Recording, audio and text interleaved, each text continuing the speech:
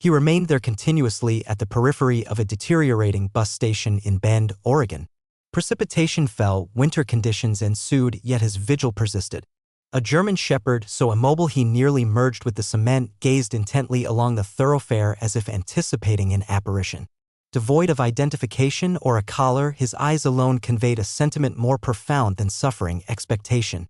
Individuals went by him as if he were part of the landscape, but he remained stationary. Neither nourishment nor shelter from the cold, nor even solace could make him stir. For what was he holding out? And why did it seem that only the recollection of a person who never came back kept him intact? This narrative extends beyond a simple account of a canine. It concerns a connection that resisted severance even amidst widespread collapse and the consequences when an unfamiliar person chooses to intervene. Jack Thompson had no inclination to halt. Another lengthy period of duty watching over a vacant storage area on Bend, Oregon's outskirts had concluded, and his sole desires were coffee, quietude, and a non-creaking seat. However, as he traveled along West Highway 20, an unusual sight caught his peripheral attention. A figure, excessively motionless, too deliberate in its posture, was situated near the closed Greyhound bus station. Initially, Jack perceived it as a sculpture. Then, a gust of wind ruffled its fur. He reduced his speed. A German shepherd, drenched completely, hunched over yet erect, sat oriented towards the road as if it were a theatrical platform and he awaited an actor's entrance. The canine did not react as Jack drove by. It did not even blink. It merely stared. Jack maneuvered his vehicle to the side of the road. The pickup's tires swished on the damp asphalt. He exited his truck, stepped into the chilly air, and advanced cautiously. "Hello there, friend," he called, his tone gentle like one would use with an injured combatant. There was no acknowledgement, not even a slight movement. The dog's eyes appeared glazed yet animate, as if trapped in a recurring cycle, endlessly replaying a moment, unwilling to concede its passing. Shredded plastic bags drifted by the bench, yet the dog maintained its gaze on the road. It seemed as though he was attempting to compel someone's return through sheer will. Jack was familiar with devoted dogs, he had been raised with them. But this instance was distinct. This was not mere devotion, it was profound despair, the type that embeds itself deeply and refuses to relinquish its hold. The dog's ribs were visible beneath its sodden coat. Its paws were irritated and crimson. Yet he had remained completely still. The sky fractured above, a distant, low grumble of thunder rolling in. Jack reached into his vehicle, retrieved the uneaten sandwich from his shift, and set it a short distance from the dog. There was no reaction, not even an olfactory investigation. Jack was disinclined to pressure him, the dog was not prepared. And Jack comprehended that specific kind of silence, the sort too laden with emotion to permit sound. Consequently, he re-entered his truck, started the ignition, and drove off. But he made a single error. He glanced in his rearview mirror. In that fleeting look, Jack witnessed something that struck him more forcefully than any sorrow he had ever suppressed: tears. Not copious or theatrical, just unhurried, silent rivulets descending the dog's snout as if the precipitation had become disoriented and begun to fall from within him. That evening, sleep eluded Jack. He found it impossible to remain seated. An aspect of that canine had become deeply embedded in his consciousness, persistently troubling him. The dog wasn't merely anticipating, he was mourning, and sorrow of such magnitude does not manifest suddenly. Jack suspected he was not observing a homeless animal. He was witnessing an unfinished narrative. And the bus station? It served not as a refuge, but as a memorial. He resolved to pass by again the next morning, simply to ascertain the situation. Yet, he inherently understood this would be more than a casual inspection, it was the commencement of something different, something tranquil. Fractured, and perhaps, just perhaps, capable of being mended over time. The subsequent morning, Jack arrived sooner than his typical time.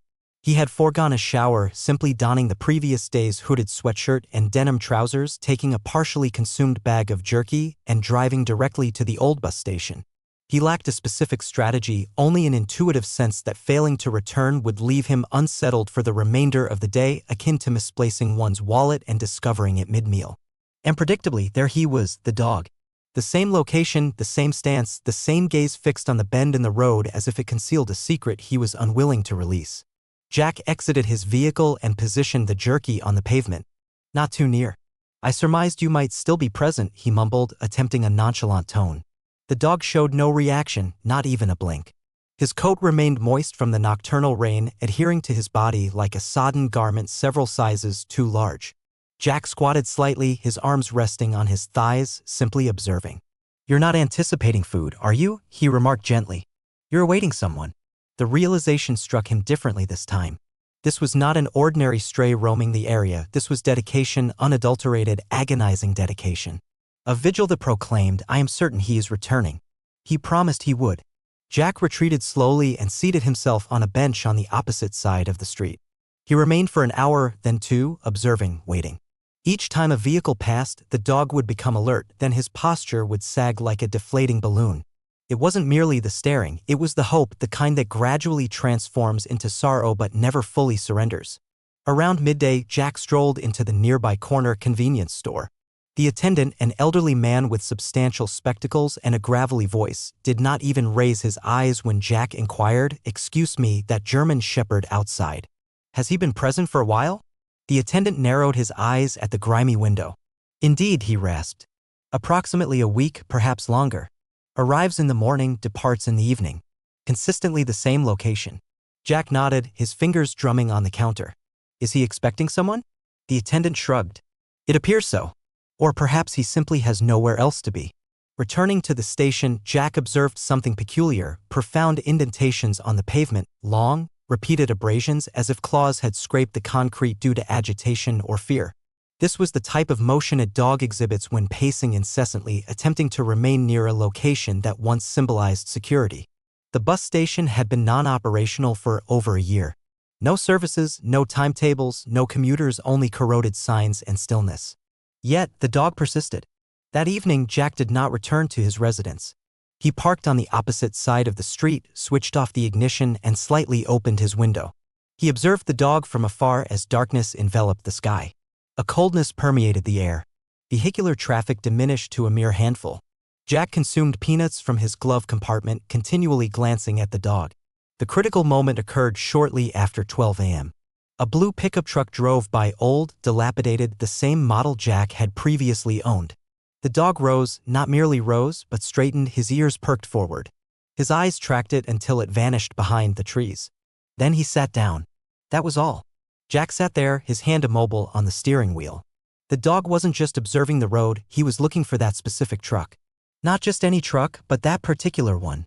Jack swallowed. "You're not merely hoping," he murmured to himself. "You recall." That kind of recollection doesn't stem from instinct, it originates from affection, from a bond. Someone had pledged to come back. Someone had departed and never glanced behind. But the dog did every single day. Jack had never been inclined to become involved. He was the type to let things be quiet, observant, minding his own affairs. Yet, something about that German shepherd resonated with him in ways he could not articulate. Perhaps it was his eyes, or perhaps it was the manner in which the dog's body refused to surrender, even though his spirit seemed to have already drained away on that pavement. Regardless, Jack understood he could not simply continue to appear with food as if feeding birds in a park. This was no longer a mere gesture. It had become a responsibility. He attempted every method he could devise to coax the dog into his truck. Initially, he arranged treats in a line like a trail of breadcrumbs. The dog sniffed them, paced, and then retreated. Jack tried sitting near the vehicle's door, gently patting the passenger seat, to no avail. When he approached too closely, the dog didn't emit a growl. He recoiled. Jack observed the reluctance in his posture, the way his ears moved, the rapid change in his respiration. He wasn't afraid of Jack. He was afraid of something Jack was not yet aware of, something that had already inflicted a wound. That evening, Jack returned to the gas station and created flyers. Simple yet prominent. Found dog, German shepherd, male. No collar, seen daily at bus stop. He affixed them to utility poles, attached one to the bulletin board at the grocery store, and distributed a pile to the coffee shop near the railway lines. He didn't anticipate significant results, but it was an effort. A net cast into calm waters, hoping for a disturbance. The following afternoon, his phone vibrated. An unfamiliar voice was on the line. A woman. "I saw your flyer. I'm not certain if it's the same dog, but my neighbor owned a shepherd, truly devoted. It always accompanied him to the mailbox and back. Then, one day, he simply relocated, abandoning the dog. That occurred a few weeks ago." Jack's grasp on the phone intensified. "Do you know his former address?" Corner of Reed Market Road and Holman. A beige house with red shutters. The yard is currently in disarray. Jack located the house without difficulty. The lawn had become overgrown, a veritable wilderness. Weeds ascended the porch steps as if welcomed. The mailbox was overflowing with unopened mail, some pieces already damp and warped at the edges. He opened it. A letter near the rear displayed the return name R. Denton. Jack remained silent, merely holding the envelope for a moment, the way one might hold a final voicemail message from a loved one. The backyard was in even poorer condition.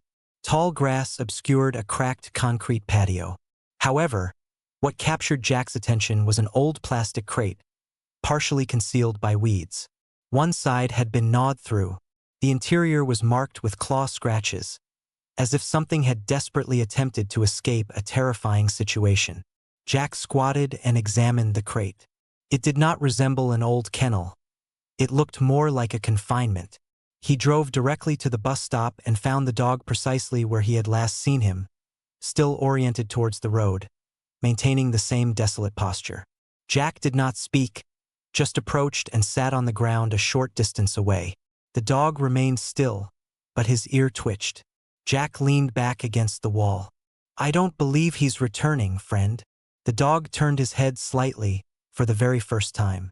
It wasn't a complete turn, not yet an indication of trust, but something fractured the silence, like an ice sheet cracking under strain. And in that delicate instant, Jack comprehended something astonishing. The dog wasn't waiting due to bewilderment. He was waiting because he still maintained faith. The heavens above Bend adopted a steely gray hue, the kind of coloration that signals impending trouble. Precipitation was not merely predicted. It was palpable in the atmosphere. Dense, oppressive, unavoidable. Jack sensed it on his skin as he arrived once more at the bus stop, his headlights piercing the fog. His truck's wipers groaned with each pass, unable to dispel the unease from his chest. Something was amiss not solely with the weather, but in the air, in his intuition. The dog was not in his customary spot. Jack's heart faltered. He exited the truck, his shoes immediately saturated, and hurried towards the stop, scrutinizing every corner. Then he barely discerned him. The dog was coiled behind the bench, pressed against the frigid concrete, his body quivering, legs drawn so tightly beneath him it appeared abnormal. Rain had thoroughly soaked him. Puddles were forming around him, yet he remained immobile, not even attempting to evade the moisture. Jack did not seek consent. He retrieved the woolen blanket from behind his seat, enveloped the dog in it, and lifted him unhurriedly, meticulously, as if he were constructed of delicate material. He weighed less than he should have, bones protruded where muscles once were. This was a thinness not acquired overnight, but the consequence of prioritizing waiting over survival. The dog offered no resistance, barely reacting. His respiration was shallow, his body flaccid. Jack held him like a rescue diver retrieving a victim from a disaster. The truck's heater was already operating at full capacity as Jack placed him on the back seat and drove towards the only logical destination, Bend Animal Clinic. Dr. Emily Grant greeted him at the entrance. No inquiries, just immediate measures. She and her colleague took the dog inside, Jack following like a man who had just relinquished his own heart. Intravenous fluids, blankets, gentle utterances, and soft caresses were administered. However, Emily's expression conveyed more than her words.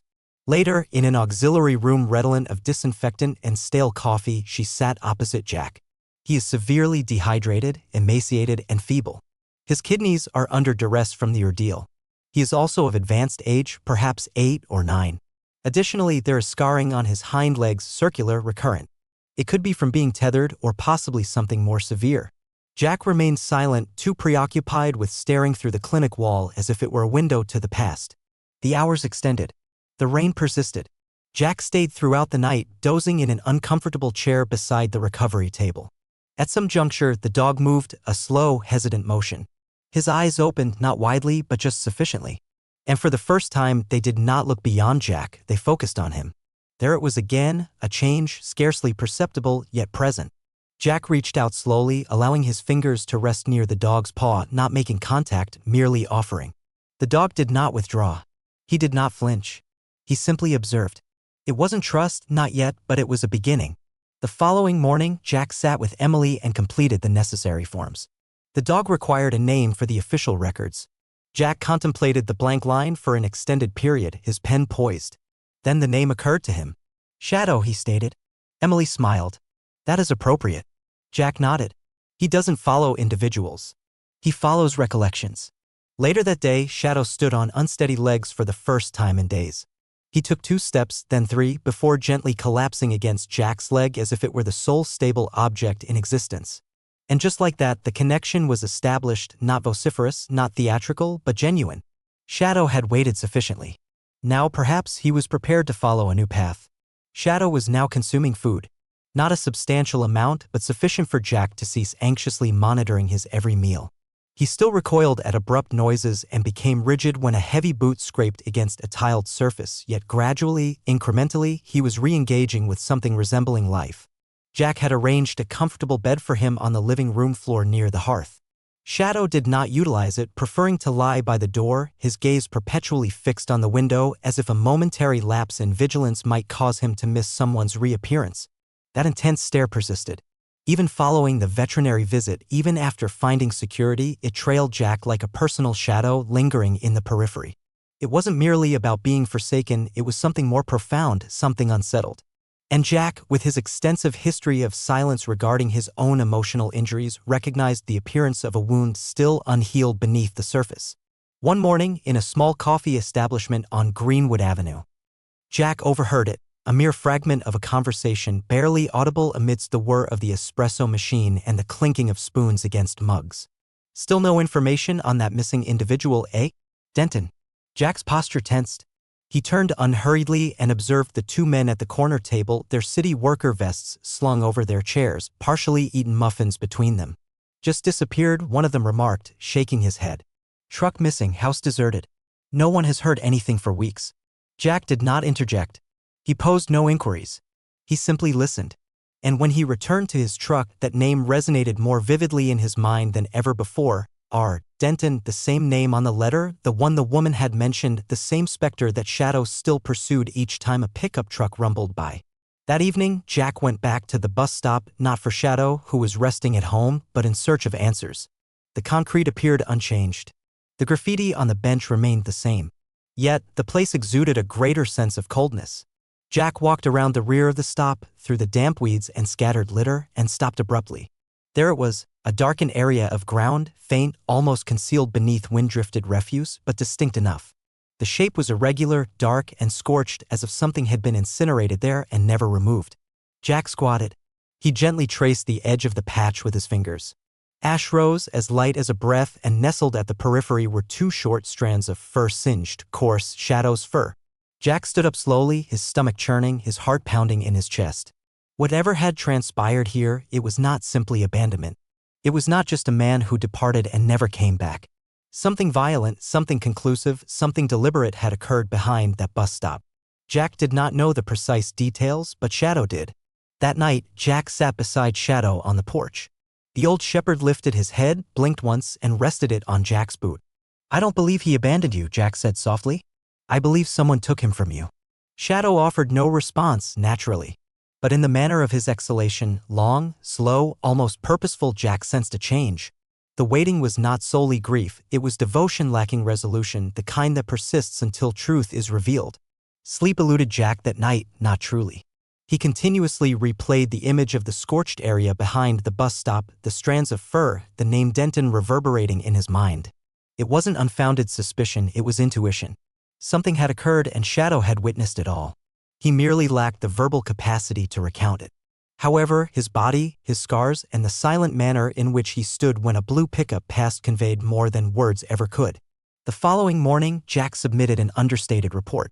Nothing theatrical, no flashing lights or sirens, just a straightforward visit to the sheriff's department with a brief explanation and a photograph of the dog. He might be linked to a missing person, Jack stated. Ron Denton formerly resided near Reed Market Road. The deputy nodded, made a note, and assured him it would be escalated. Jack was not anticipating a return call, he had his own intentions. Shadow's recuperation had now established a pattern. He was stronger, eating consistently, and limping less, but more significantly, he had begun to ambulate, not merely pacing or following Jack, but venturing on short walks, his tail slightly elevated. Jack took him out for exercise near the Dashes River Trail, a wooded pathway that ran alongside the town's tranquil riverbend. The location typically exuded a sense of calm until Shadow halted abruptly, his entire body tensing with alertness. Jack froze. "What is it?" he inquired in a near whisper. Shadow, of course, did not reply, but the way his ears pricked up, his eyes fixated on something deep within the undergrowth, was as articulate as any language. Then, without forewarning, he sprinted. Jack called his name, his heart racing, but pursued him. Branches struck his jacket, thorns scratched his hands. Yet Shadow moved as if retracing a memory, not running erratically, but tracking. They arrived at a small copse of pines, dense and low-hanging, where the world seemed to become hushed. Shadow stopped and began to paw at an area of ground beneath a fallen branch. Jack hurried to his side and knelt. The first item he discovered was fabric, torn, muddy, and old. Then, a shattered mobile phone with a cracked screen and a depleted battery. Jack's breath caught.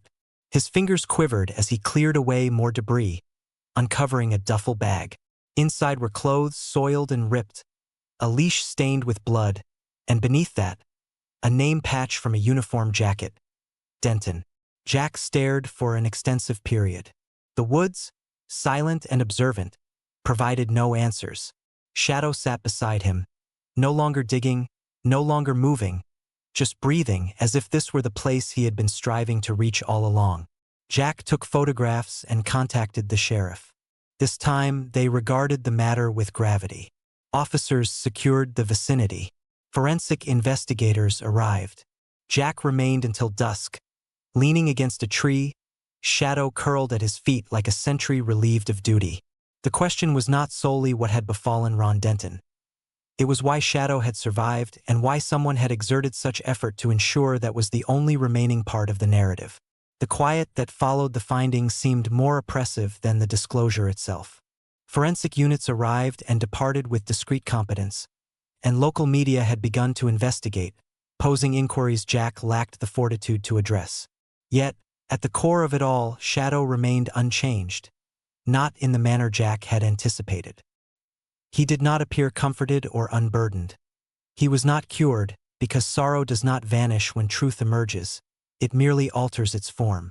Jack now observed Shadow with a new perspective. Every movement of his ears, every twitch of his tail, every instance he stood at the window instead of reclining near the fireplace, conveyed a message.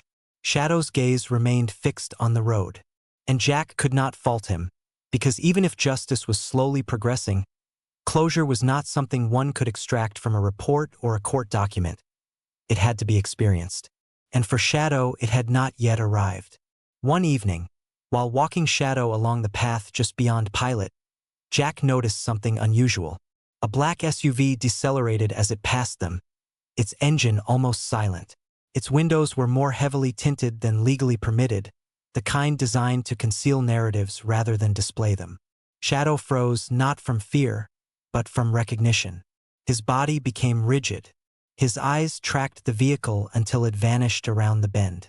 Jack understood the implication. The story was not concluded. Someone else possessed knowledge of Ron Denton's fate.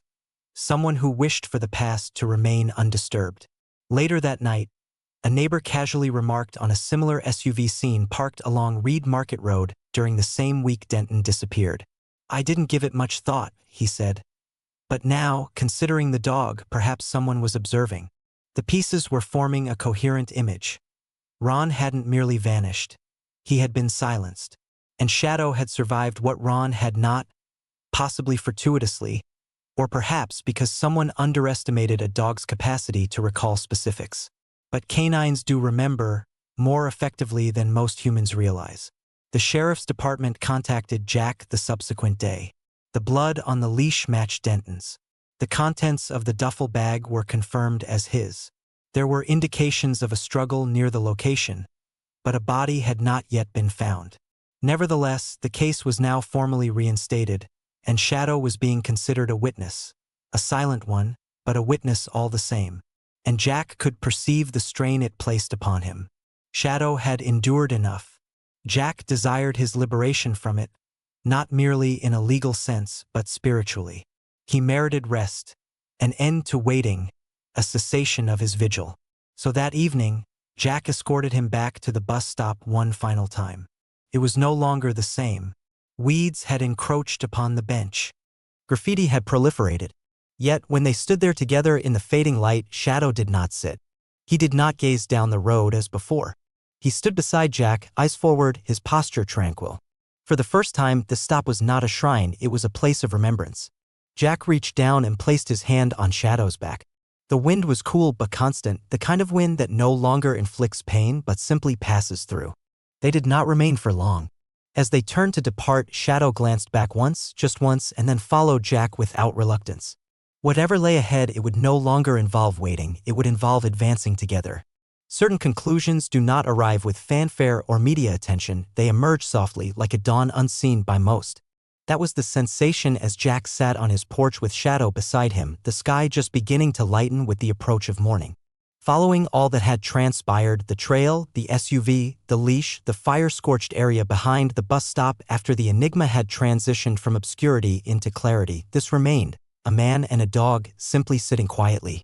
Not anticipating, not seeking, just existing. The community was now aware. Denton's case had been reported in the local newspaper. The sheriff verified malicious intent. Arrests had not yet been made, but investigations were underway. Jack understood better than to anticipate swift justice. Yet a transformation had occurred. People were discussing it. They knew about the dog, about the devotion that endured beyond violence, about the manner in which Shadow maintained his vigil not from routine but from profound affection. The sheriff referred to him as the final witness. However, Jack did not perceive him in that light. Shadow was not a witness to an offense, he was the living memory of a man who had been significant to someone, a tangible, breathing testament to a love that refused to surrender. A dog who remained steadfast even when circumstances provided every reason to depart. One day, while shopping for groceries, Jack overheard someone describe Shadow as the town's protector. The designation resonated, it was not inaccurate. Every town possesses its folklore, Shadow merely happened to live through his. Later that week, Jack took him for a stroll through the residential area, not the trails, not the bus stop, just the neighborhood with its front yards, children playing football, and mailboxes, all perfectly ordinary. Shadow did not strain at the leash. He did not flinch. He walked in cadence with Jack, his tail calm, his gaze directed forward. Occasionally, someone would call out to him, "That's the one, correct? The shepherd from the newspapers." Jack would nod. Shadow would pause. And for a moment it seemed that healing was not a destination but a rhythm. That night, the snow fell softly, flakes descending like pardoned secrets. Jack kindled a fire and prepared tea. Shadow lay curled at his feet, his eyes partially closed. The same dog who once sat rigidly still on frozen pavement, staring into emptiness, now stirred in his sleep, breathing deeply, securely. Jack looked down at him and said, "He is not returning. But you no longer need to wait." Shadow blinked, lifted his head for an instant, then let it rest again. And perhaps that was the resolution. Perhaps that sufficed. In due course, Jack found himself smiling more frequently, engaging in more conversation. Shadow became an integral part of his daily life. Walks in the park, tranquil evenings in the truck, visits to the coffee shop where the barista always provided a treat. People began to seek Jack's counsel regarding dogs, trust, and the recognition of a bond that remains unbroken even when all else fails. Jack lacked the precise words, but he had Shadow, and that was more than adequate. One afternoon, a young boy dropped his backpack at the foot of Shadow's bed in the veterinarian's office, where Shadow was present for a checkup. The boy froze, apprehensive. Shadow lifted his head, approached slowly, and gently nudged the bag back towards him. No bark, no growl, just a quiet display of kindness. Dr. Grant smiled. "You have a therapy dog there." Jack looked at Shadow. "No," he said softly. "I have something superior." They proceeded homeward, the truck moving unhurriedly through the streets of Bend, windows slightly open, allowing the scent of pine and snow to enter. At times, healing does not equate to forgetting. At times, it signifies choosing to embrace love anew. And that is what Shadow did. He had waited long enough. Now at last he was